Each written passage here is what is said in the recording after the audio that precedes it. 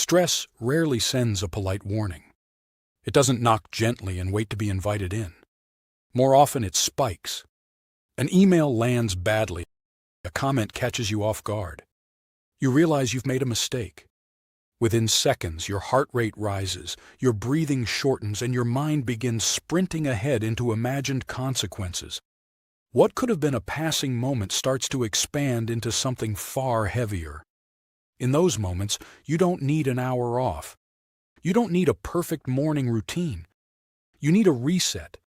And the encouraging truth is that your nervous system can be steadied far more quickly than most people realize.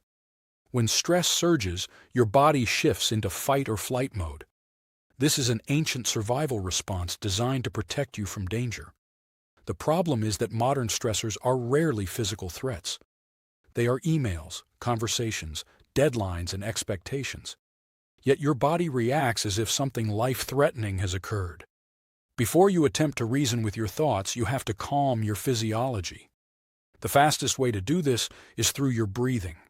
Slow, deliberate breaths, especially with a longer exhale, signal safety to the nervous system.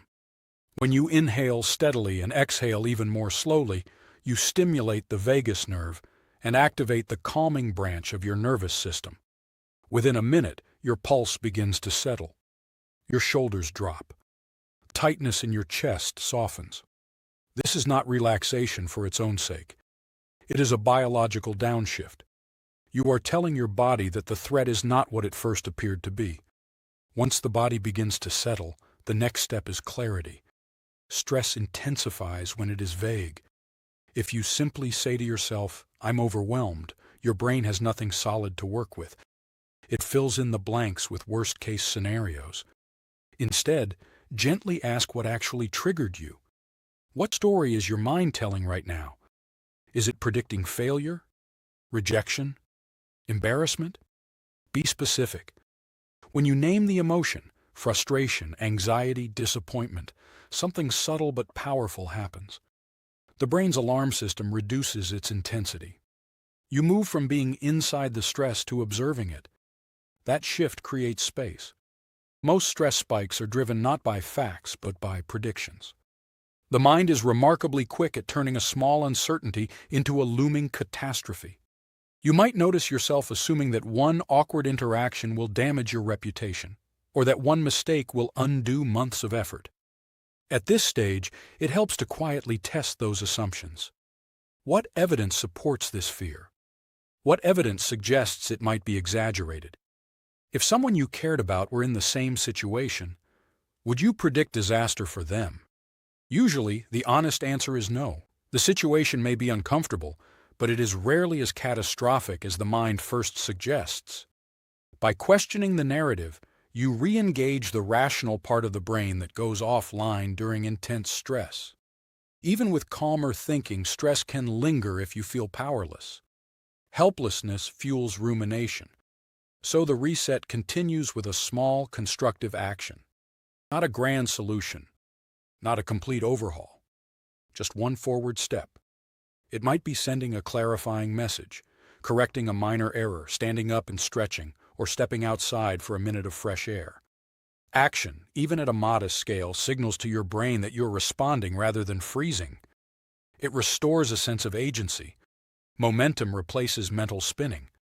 As your body steadies and your thinking clears, there is one final adjustment to make. Pay attention to the next sentence you say to yourself. After a stress spike, the internal voice often becomes harsh or catastrophic. It may insist that you always get things wrong, that this is proof of inadequacy, that things are about to unravel. Left unchecked, that voice keeps the nervous system on alert. Instead, choose a steadier narrative. Something grounded and realistic. You might remind yourself that the situation is uncomfortable but manageable, that you have handled difficult moments before, that one step at a time is enough for now. This is not forced positivity. It is deliberate stability. Over time, this 5-minute reset does more than solve isolated moments. It reshapes your baseline. If stress spikes regularly spiral into hours of rumination, your overall anxiety rises. Your threshold lowers. You become quicker to react and slower to recover. But when you consistently calm the body, clarify the trigger, question exaggerated thoughts, take small action and adjust your internal narrative, something shifts. Recovery becomes faster. Confidence grows quietly in the background. Your nervous system learns that activation does not equal danger. Stress spikes are not a personal failing. They are part of being human. Your brain evolved to detect threats rapidly. The goal is not to eliminate stress entirely. It is to shorten its duration and reduce its intensity. A 5-minute spike is manageable. A spike that turns into hours of mental replay is exhausting.